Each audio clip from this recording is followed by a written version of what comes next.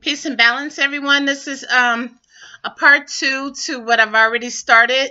Um, actually earlier today, and I didn't want to make it like an hour-long video.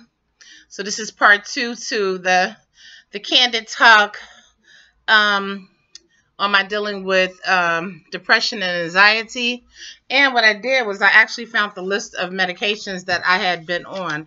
If you hadn't already seen part one, go back and watch part one, because part two is not going to make a whole lot of sense. I mean, it may make some sense, but it's not going to make a whole lot of sense. And I'm going to fill in some holes from part one.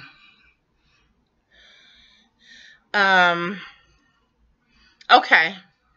We were talking about how, being a strong, very strong and creative person, how sometimes people can take that and think that everything is perfect with you and everything is going right, and not know that, you need help in certain areas, or, there's certain things that do help you. Like I said, doing my live chats here, doing my live video, doing my videos here actually helped me out. And my last video did. It was like a nice release for me.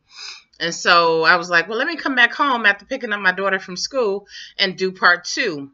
So let me tell you, I am a now 48, going on 49 in June 20th to be exact, year-old woman, born in 1970. Okay? You already know my name because that's the title of this whole channel. I want to talk about some of the things that I've had problems with. I actually have some of my medical records right here. And it started about 15 years ago. I had went back to 2003 because that was when I had started noticing like things were kind of like, were really like 2004 when things had kind of started like changing for me or whatever. And 2003 was when I stopped drinking and stopped smoking. In 2004, February 8, 2003 was when I stopped drinking. In 2004, May 24th, 2004 was when I stopped smoking cigarettes. But I had stopped like smoking marijuana and all that stuff in February 8, 2003. Okay, and then I started noticing like changes in my body, changes. I thought it was going to be great changes because I was like, okay, I'm getting all this stuff out of my body. Not that it was like an everyday thing or anything, but, I'm just like removing toxins from my body. Now, mind you, I was a healthy female, normal size, didn't have to worry about like any fat or anything, worked out a lot, didn't eat beef or pork, hadn't eaten beef or pork since I was 18. Had a lot of things going on for me. By 2003, I was had started my candle business in 1999, and it kind of overlapped with me doing hair. Still a licensed cosmetologist. This is not going to be probably as serious as the first one was, and more of my personality will probably shine through in this one, because some of the things that I'm going to tell you is very important, and then some of the things is kind of, funny, and a lot of people know me. I like to laugh, and I like to not make light of things, but to kind of make things kind of, a little humorous or so. It's just my personality. Okay, so without repeating a lot of the things, because again, you can go back to 2000. I mean, you can go back to part one, and it goes back to right before I had my child. I had my child in April 4th, 2007. She was due to come in June 12th, 2007. So before I had her was when I started actually having like getting real help for these panic attacks and for my depression disorder, which the depression has started way when I was a youth. It was like I was a young girl, and again, you can hear a little bit more about that when I was like sitting in the closet wishing that somebody would come. One of my parents would come and, see about me or whatever. And they never did, because most of the times they were at work, or they were busy with other kids or so. But I knew then that I had some issues that I had to deal with, and I didn't know why.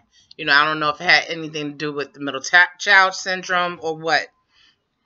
Okay, so let me read off to you some of the stuff that they talk about. They say I have a generalized anxiety disorder. Also, I have, they say bipolar. They call it bipolar. Bipolar disorder. That's just a new name that they call, for me, depression. But I have suffered from highs and lows.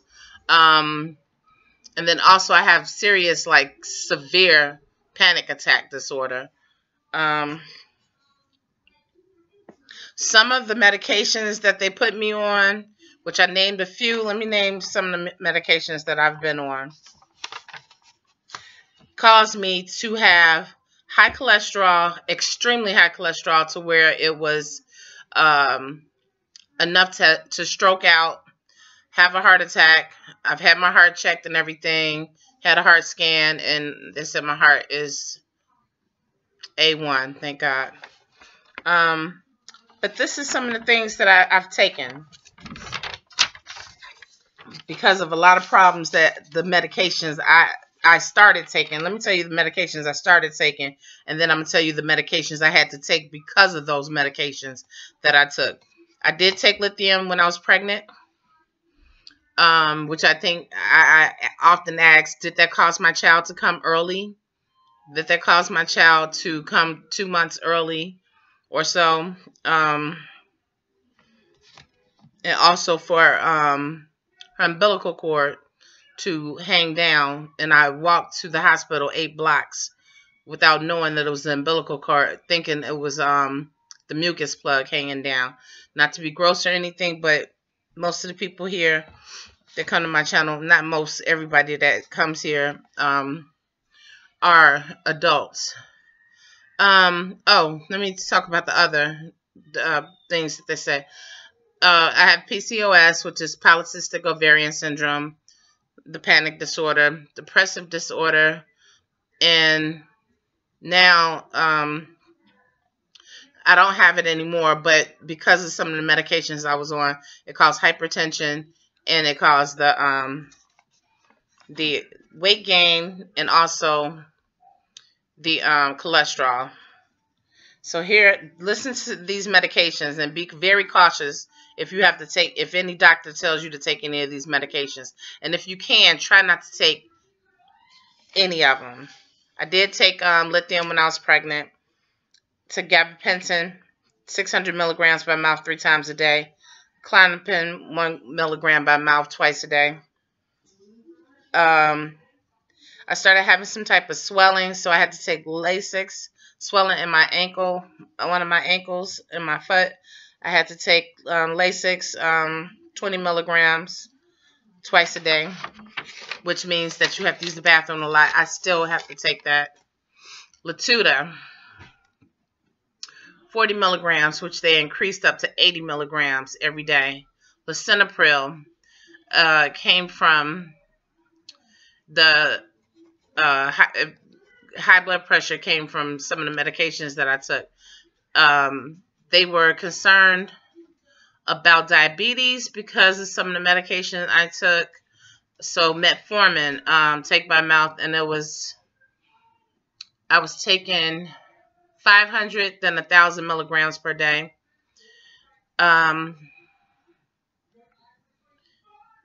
Then, because I had to use the bathroom so much, and everybody knows that I drink a lot of water, I had to take, I think this was the oxybutynin, 5 milligrams, 24-hour extended release tablets every day, which is supposed to stop you from having to use the bathroom. But I'm like, that's counterproductive with the swelling. So I was just like, why am I taking all of this? Had to take an inhaler. Propanolol, because I used to rock a lot. I rocked so much that I actually broke down one bed because I rocked to the edge, just like it just broke. I mean, the middle of my bed and the edge just like started leaning down too much. So I had to get another bed, and eventually the propanolol 10 milligrams 3 times a day started working. Quetiapine, which is also Seroquel, I'm going to tell you, I was taking 300 milligrams at night, 75 milligrams throughout the day, 50 milligrams, 2 tablets as needed. So add that up, that's 475 milligrams of Seroquel. That's what caused the weight gain. Caused me to gain about 60 good pounds. If you look at my earlier videos, you'll see the difference in my face, which is, I feel, is coming back. I have absolutely no makeup, it's no contour, no nothing on my face, no anything, no nothing, no highlights, no nothing. They call the quetiapine, they call that the 100 milligrams quetiapine, but they call the 25 milligrams Seroquel and the 50 Seroquel. Topamax, which is for migraine headaches, 25 milligrams, no, 200 milligrams twice a day. And Zolpidem, which is also known as Ambien. I was taking the Ambien, the real Ambien, not the generic, 10 milligrams at bedtime as needed for help for sleep, which was every night. Okay? Did I mention Klonopin? Did I mention Klonopin? Okay, I did mention Klonopin. Okay, so on top of that, I wound up having to take amlodipine, and amlodipine, and I think that's a blood pressure medication, and Lipitor, 10 milligrams a day, which I'm still taking, all of them, just to make sure that I don't have any problems with the blood pressure. But I haven't had any problems with my blood pressure in months, so they're talking about taking me off and, you know, still monitoring my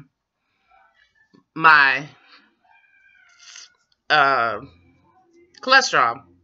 So one of the things that I didn't mention to you all was while my child was small, when she was like 6 months old, I would always fear her waking up. I would have a fear of her waking up. Her father would leave and go to work early in the morning, and Isis would wake up every morning at about 6 o'clock in the morning. And before she could walk or whatever, she would just cry.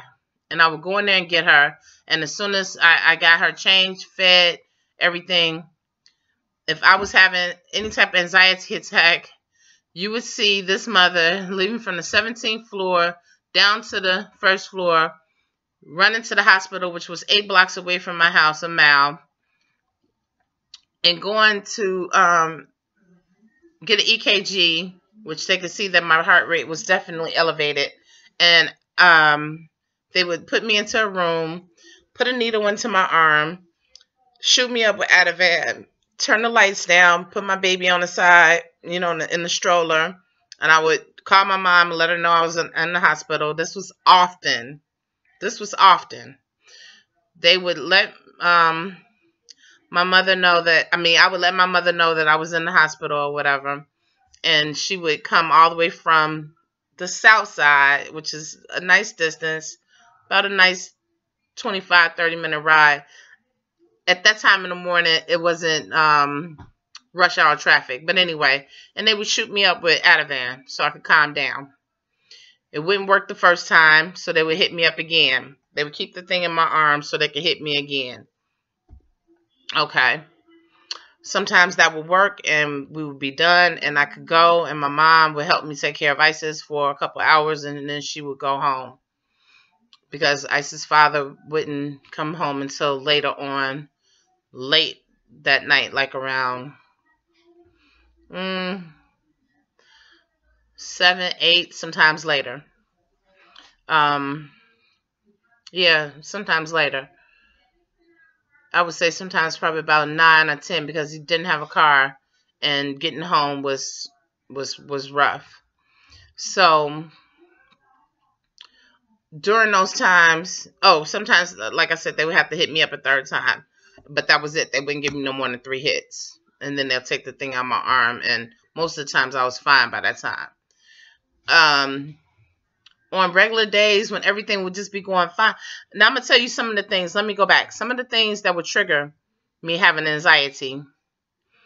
I would be in the bank or something, or going to the store, and I would get impatient with a line or so, or I would start feeling just like funny because it's a lot of people inside of the bank or whatever, and I have money on me, and so it wasn't really impatience, but I'm in the line and I have money, and I'm feeling like anything can happen at any time, and I have this money on me. Okay, so a fear.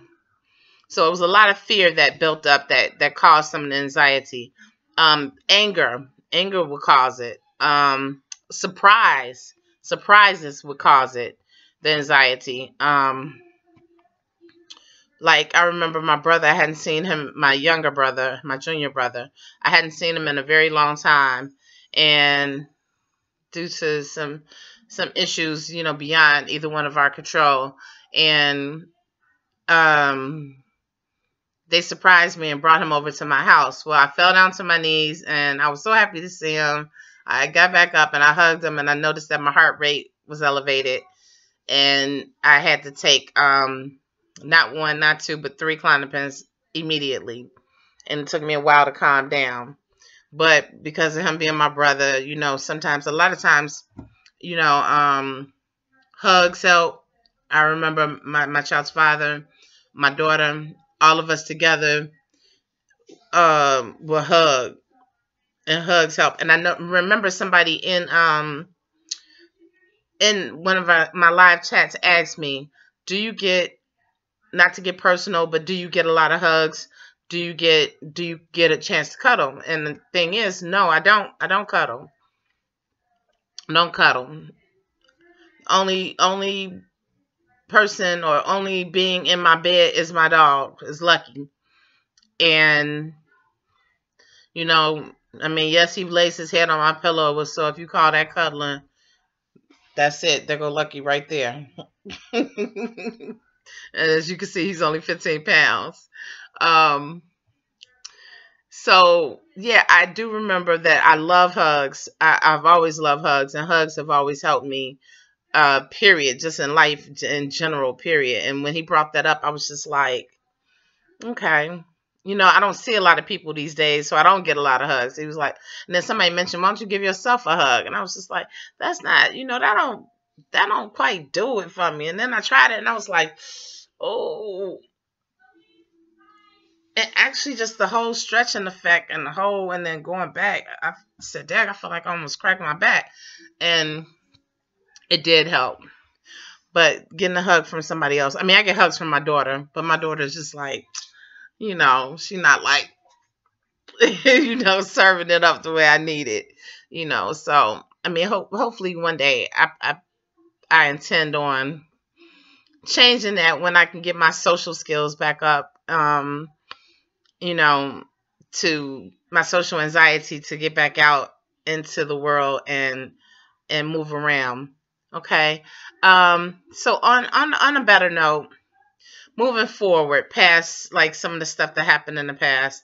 Again, this has been going on for 15 years because my daughter will be 12, and 3 years prior to me having her, before I had to go to Northwestern and get on the crazy medications that they started putting me on later on. Because in the beginning, the Geodine actually kept my weight down. I stayed small. Actually, I had lost weight. I was smaller than the weight that I was before. And I was rocking like a size 12. And 12 for me, being 5'8", is a good size. I like a size 12. I'm not totally content with where I am now because I know that, it puts that added pressure on my knees too after having an injury to my knees and having arthritis as well. But moving forward, some of the things that I do now, and it's a lot of it coming because of this channel. I remember in August going to buy my first NutriBullet, starting to having my first actual green smoothie. never wanting to eat kale, but that was the first thing that I purchased, kale. And then reading about all the different types of fruits and vegetables that I should pair together so that I don't necessarily have to taste the kale, and that, can be good for anti-inflammatory. So I don't have to take anti-inflammatory type stuff as much. I noticed here lately my knees have been feeling, a little better. I had taken on the thought of, I did more than had taken on the thought of, you know, um, the greenery, I would say, to, for pain and for my anxiety. And I say greenery because I don't want anybody, flagging my, my channel, but you all know what I'm talking about, the cannabis. Um, and I don't know if that's something that they'll flag the channel for or whatever, but I'm speaking of stuff for medicinal purposes, not for recreational, but, for my mental situation as well as for the pains that I was having, in my knees. But lately I've been feeling pretty good. Only thing is, this new Asian doctor that I have has cut out medication for sleep, has cut out medication for which the Seroquel I definitely didn't need, because I was not gonna have a stroke or a heart attack for sure. They thought I had some type of heart related problems or whatever, but I didn't, because of the swelling that I was having in my ankle and my foot. And it was just like, well, you can't have I forgot what this thing was, whatever it was. It comes from drinking alcohol and from eating red meats and stuff. So it was like, well, you can't have that. Hold on one second. Isis, your food is ready. God, I forgot what it was. Okay, well, anyway, it doesn't matter because I'm talking about anxiety and the depression. One thing about the depression, since I've been here in this house, I talked about sitting in the closet as a child. Yes, I have a couple huge closets here. And on days when I went through some depression or so I would go back to the spot that was my comfort zone, and that was sorry, it's on my screen.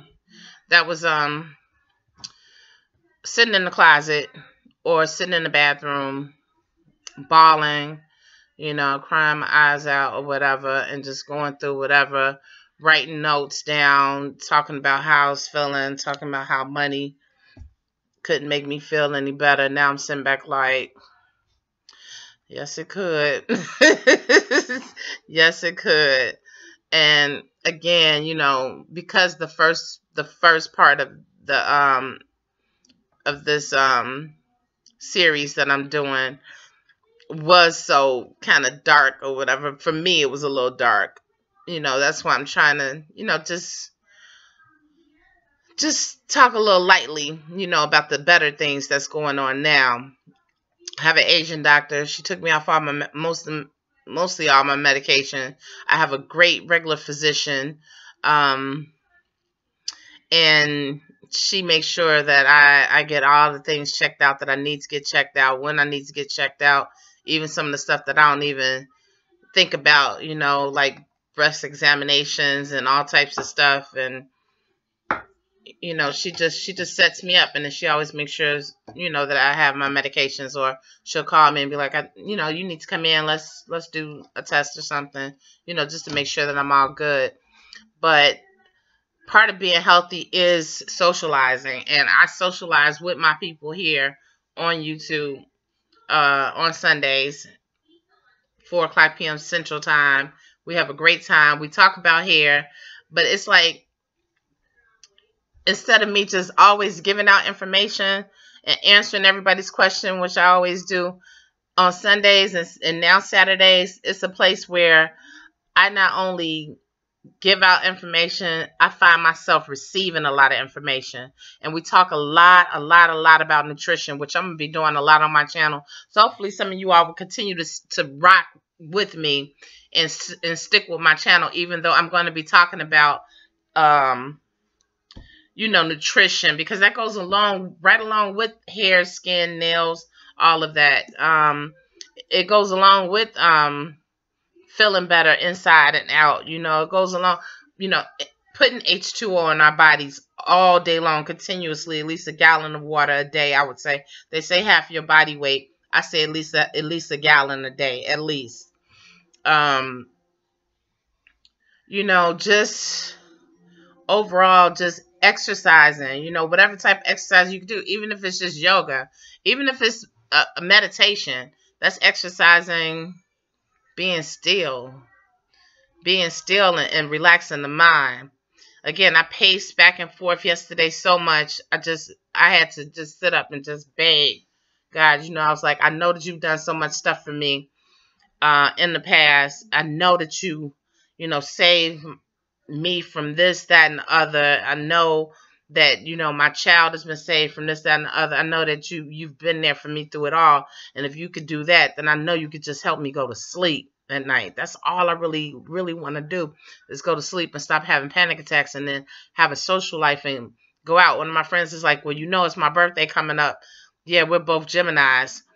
Both our birthdays are coming up. And, I'm just like, it's going to be a lot of people. I mean, when I say a lot of people, it's going to be a lot of people at his party. I mean, because he's a party promoter. Go figure. It's just something, social anxiety. That's another thing. I love my new therapist too. That's important. Going to a therapist, if you go to a therapist and all you do is sit there and cry the whole time, and then they say, okay, your time is up, you need to find a new therapist. That's why I quit. I think I didn't mention that in the last video. I stopped going to Northwestern Hospital because all of a sudden they want to start the new doctor that I had. It wasn't a good fit. Thank God it wasn't a good fit. She wanted to take me off all my medications, and the way she was talking to me and the way she was acting with me, and I was sitting back like, okay, you're a resident, for one. That's why I get a new doctor every year. For two, you can't just swipe me off of all my medications just like you're trying to do. And for three, I went and got my records, and I saw some things that she had put in my records that weren't true. And then again, my therapist wouldn't help me with the communication gap that I had with this lady. And I thought that, I've been with this therapist, because the therapist was there, a regular therapist. I was just like, you know what? I drive downtown. I pay for parking. I pay for all this gas. And all I do is go down there and cry. I could call my best friend on the phone and sit back. And he's not going to let me do that. He's not going to let me cry, on the phone. And he's going to get into the solution. And that's what a real good therapist is going to do.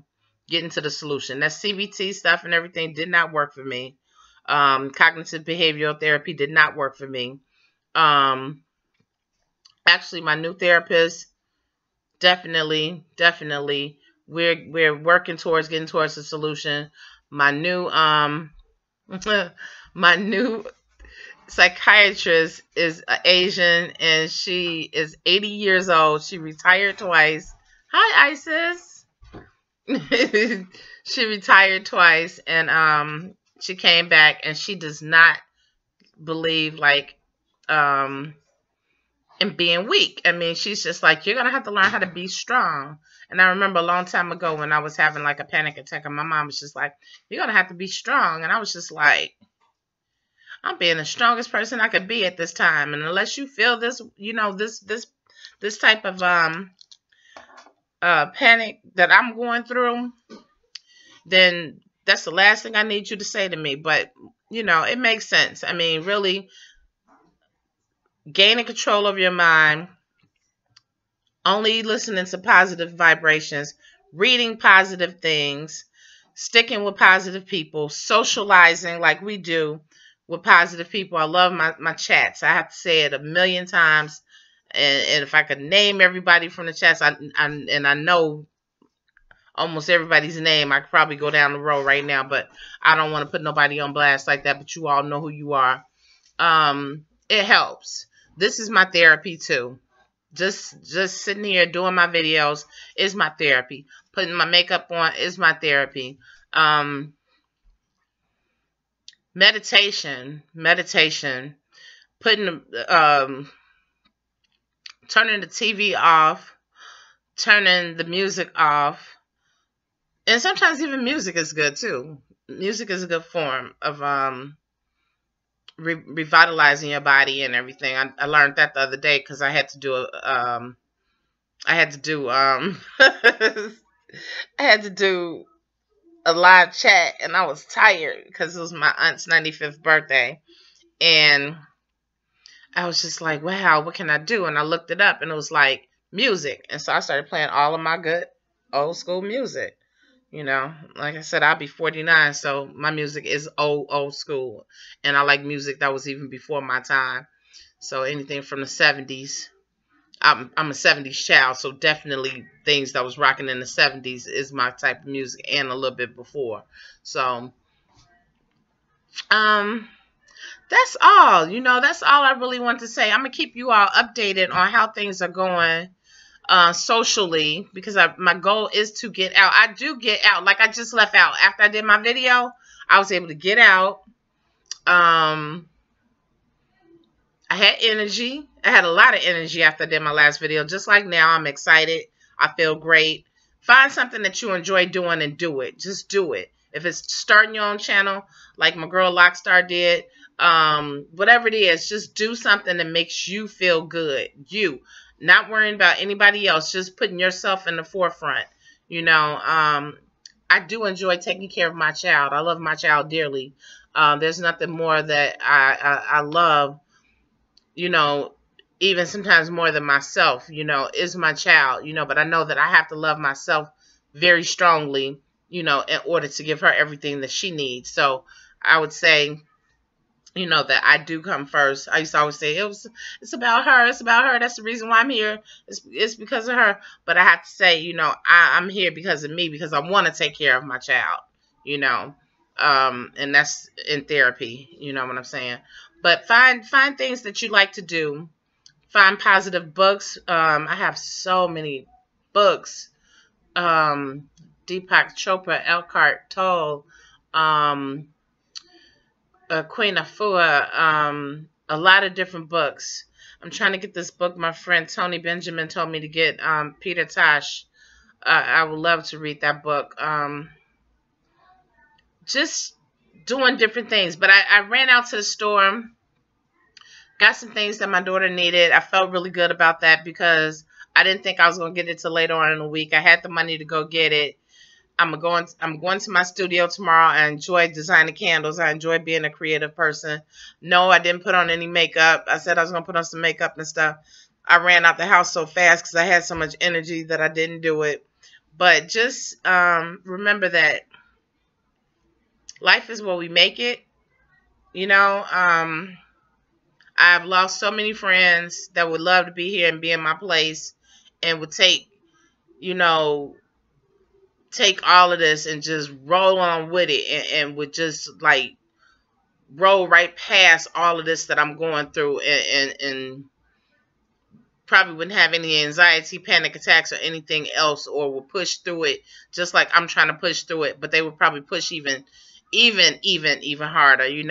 I'm pushing though. I want you all to know that I am pushing. And anybody else that's struggling out there, whatever you're struggling with, whether it's any type of dis-ease, if it's cancer, if it's lupus, if it's heart-related problems, if it's anything, if you're suffering a loss of anybody, which I have suffered many losses, and I'm still dealing with it.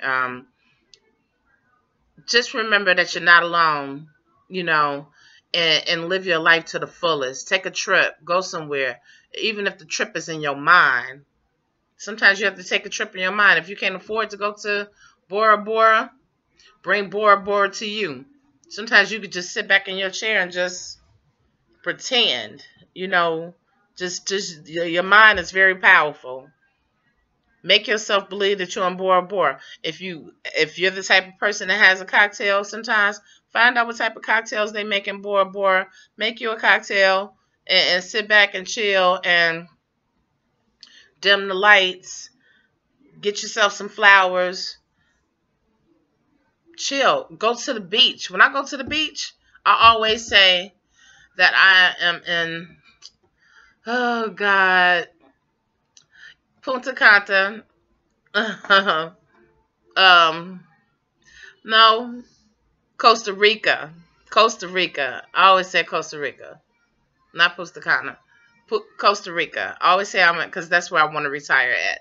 But just use your mind. Use your mind. I'm using mine. I'm not gonna do. Well, it is gonna be a series. Continue to nourish your body with good stuff.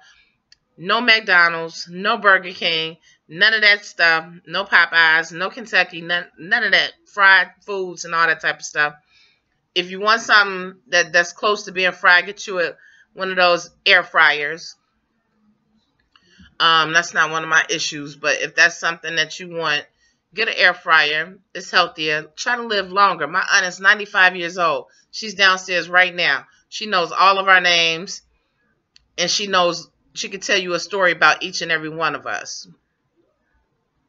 You know, that's part of my inspiration. I come from a lineage of very strong women, and they were orphans. And if they made it and they did all the things that they did and they raised the kids that they did, I could raise the child that I'm raising right now and this little dog that's sitting right next to me. I love you all. Thank you for watching part 2. Maybe stay tuned for part 3. Maybe not, but I am going to do an update. Stay tuned for an update on how things are going. Give me about a month or maybe less, and I'll let you know how things are going in a week. What's going on as far as like what meds they then took me off of totally, completely, my regular physician, you know, because my blood pressure, like I said, has been great. Something I never had a problem with. My cholesterol has dropped down. I want it to be back down to normal though. And I would say that's it. That's it for today. So thank you all for watching. If you're new to my channel, please subscribe. Hit that bell. Thumbs up the video if this is something that has helped you. Leave a comment down below. Let me know what you're going through if you feel like it. Let me know what you're going to do to change your situation. We're not promised tomorrow. We're not promised tomorrow. So let's make the best out of today. I love you all. Peace and blessings. Peace and love to all my regals, all my emperors, all my empresses. And thank you all so much for being here for me always. You all do a lot more for me than I feel I do for you. I might answer questions. I might know a lot about hair and all of that. But sometimes, you know, it's a lot more to life than just that. You know what I mean? So I'll talk to you all in the next video. Blessings.